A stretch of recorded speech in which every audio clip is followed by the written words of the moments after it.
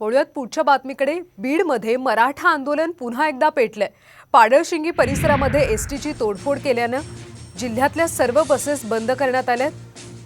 तिकडे धाराशिवमध्ये देखील सुरक्षेच्या कारणास्तव एसटी सेवा बंद करण्याचा निर्णय घेतलाय। तर लातूरमध्येही लांब पल्ल्याच्या बसेस बंद करण्यात आल्यात। छत्रपती संभाजीनगर ते बीड मार्गावरच्या बसेस देखील बंद आहेत। एसटी बंद असल्यामुळे थेट परिणाम सर्वसामान्य नागरिकांवर होतोय। तर आंदोलनाची धग पाहायला मिळते, त्यामुळे लालपरी बंद आहे। बीड, धाराशिव, लातूर, संभाजीनगर या सगळ्या भागामध्ये लांब पल्ल्याच्या बसेस बंद करण्यात आल्यात। तोडफोडीची कोणतीही घटना होऊ नये, संभाव्य कोणत्याही प्रकारचं कृत्य होऊ नये यासाठी काळजी म्हणून लालपरी अर्थात एसटी बंद ठेवण्यात आली आहे। बीड, धाराशिव, लातूर, संभाजीनगर या सर्व जिल्ह्यांमध्ये सध्या एसटी बंद आहे।